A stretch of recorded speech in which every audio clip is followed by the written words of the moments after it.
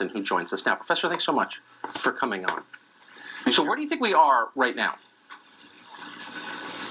I think I'm really worried like you are. I mean, a constitutional republic, Tucker, relies more on just laws. It has protocols and good faith traditions. We've been told for 3 months that this was going to be a landslide. That was with the media mantra every day. This is a media that the Shorenstein Center said is 93% biased. So here we are tonight, 600,000 uncounted votes in Maricopa, a red county, mostly in Arizona. And we don't even have any idea except that Donald Trump has a lead in Pennsylvania. And the media told us that this could not happen. And they did that. Why? Did they do it so we would get information, so we'd be better citizens? No, they did it to gin up enthusiasm for one candidate and to decrease momentum for the other. And then we heard last night that Arizona was in the bag. It's all done. And people called that a state before they did Texas and Florida in some cases.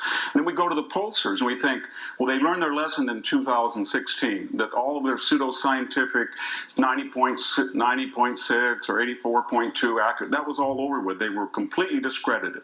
They came back, and by September, the guru Nate Silver was saying 89% chance of a Biden victory, and we were told landslide.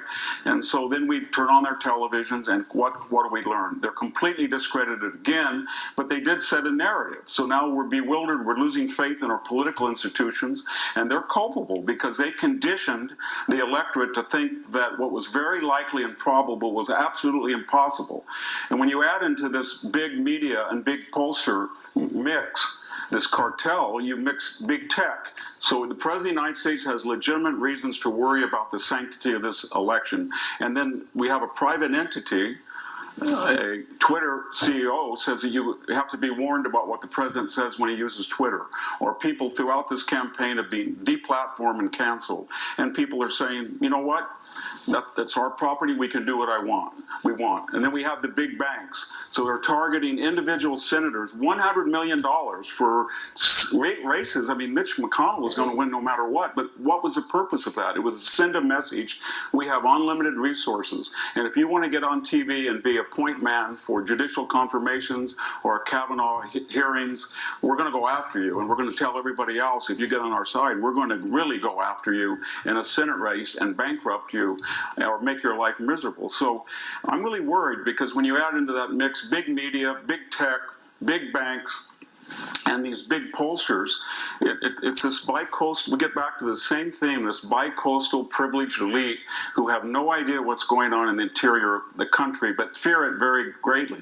In this election, Tucker, it was a story between academia, Hollywood, celebrities, Silicon Valley, the media, the big banks, Wall Street, and who did Donald Trump have on his side?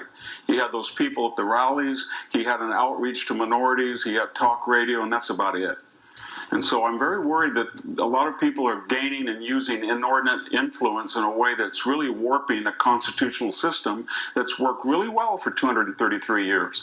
So why can't we just take a deep breath, not call these states before we know the decision, and let the people decide?